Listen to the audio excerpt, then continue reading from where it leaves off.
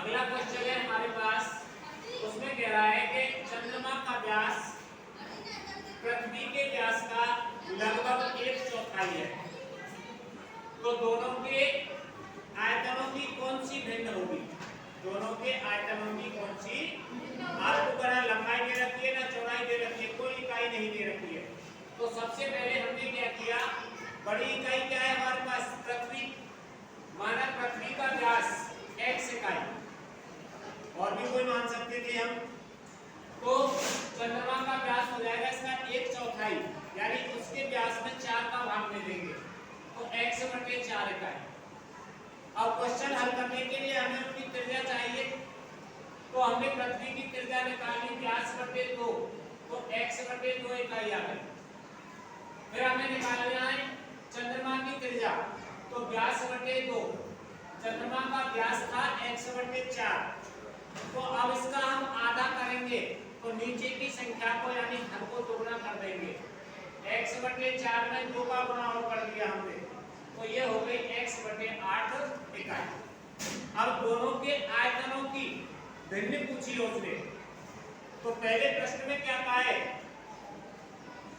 चंद्रमा का आयतन और पृथ्वी के आयतन की कौन सी भिन्न होगी? तो यहां लिखेंगे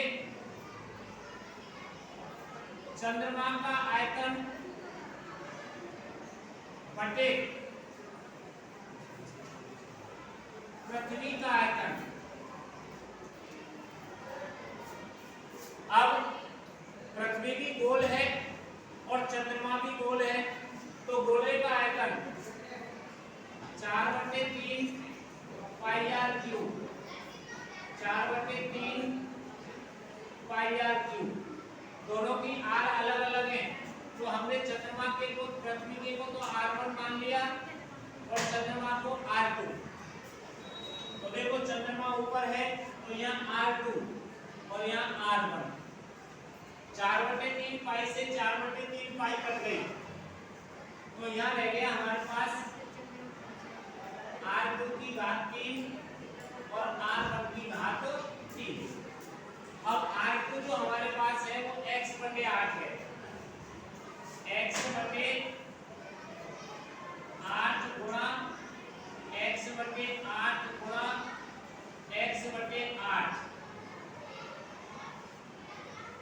4 संख्या हो जाएगी, इसलिए हमने भाग का चिन्ह प्रयोग किया। अब पृथ्वी की त्रिज्या x/2 है, x/2